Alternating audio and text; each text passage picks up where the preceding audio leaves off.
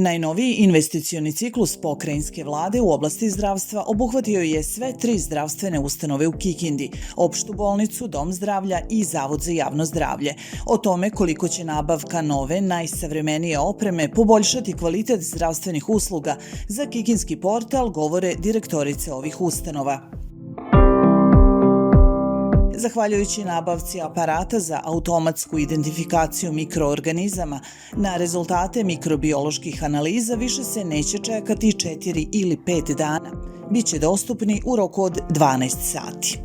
Mikrobiološke analize izolata bakterije i gljivica će biti znatno ubrzane, što u prevodu znači za manje od 12 sati ćemo dobiti kompletan rezultat mikrobiološke analize zajedno sa antibiogramom, što će posebno biti od velike koristi pacijentima koji leže na jedinicama intenzivne nege, znači od te pacijentima koji su praktično nekada i životno ugroženi, što znači u prevodu da ćemo mi za 12 sati dobiti kompletan mikrobiološki nalaz, što se do sada čekalo 4 do 5 dana.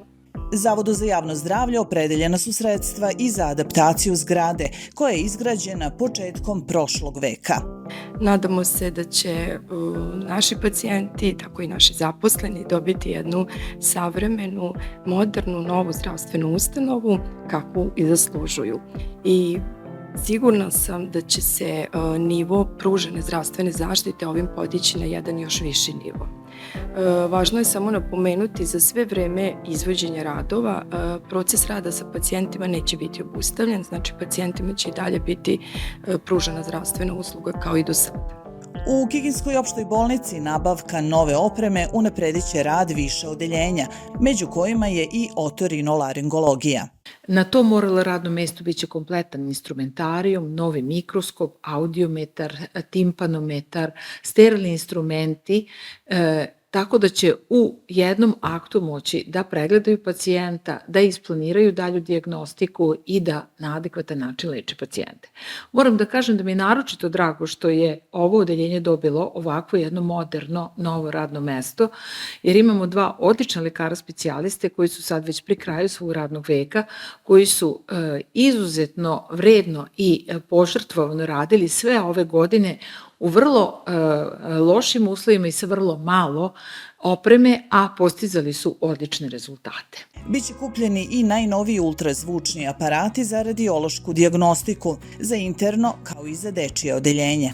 Sopstveni ultrazvučni aparat će imati zbog toga što imamo specijalistu, odnosno subspecijalistu pulmologa koji će na njemu raditi, zatim radit će se ultrazvučni pregled dečijih kukova, to će raditi naše doktorke neonatolozi, zatim radit će se ultrazvučni pregled centralnog nervnog sistema, naime naša koleginica doktorka Biljana Plemić je završila edukaciju iz ultrazvučne dijagnostike centralnog nervnog sistema i naravno kardiološki ultrazvučni pregledi će biti vršeni na tom aparatu jer novi subspecijalista dečije kardiologije nam dolazi krajem ove godine.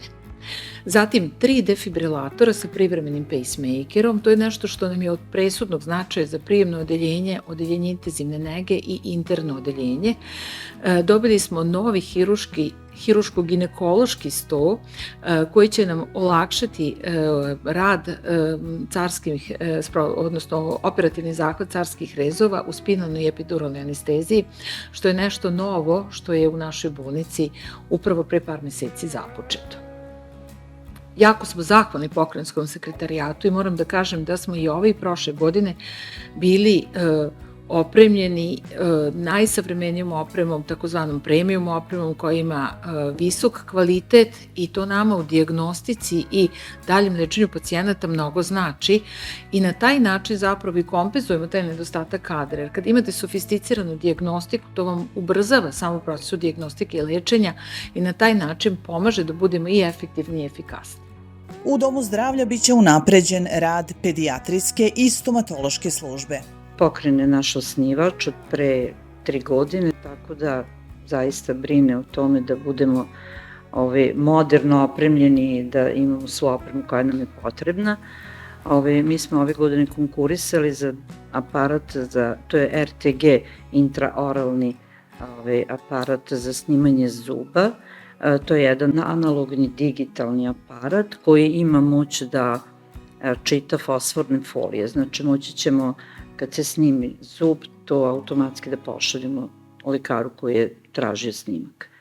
To je jedno, znači unapredit ćemo stomatologiju u domu zdravlja, a drugi aparat je ultrazvučni aparat sa 2 sonde za snimanje dečjih kukova.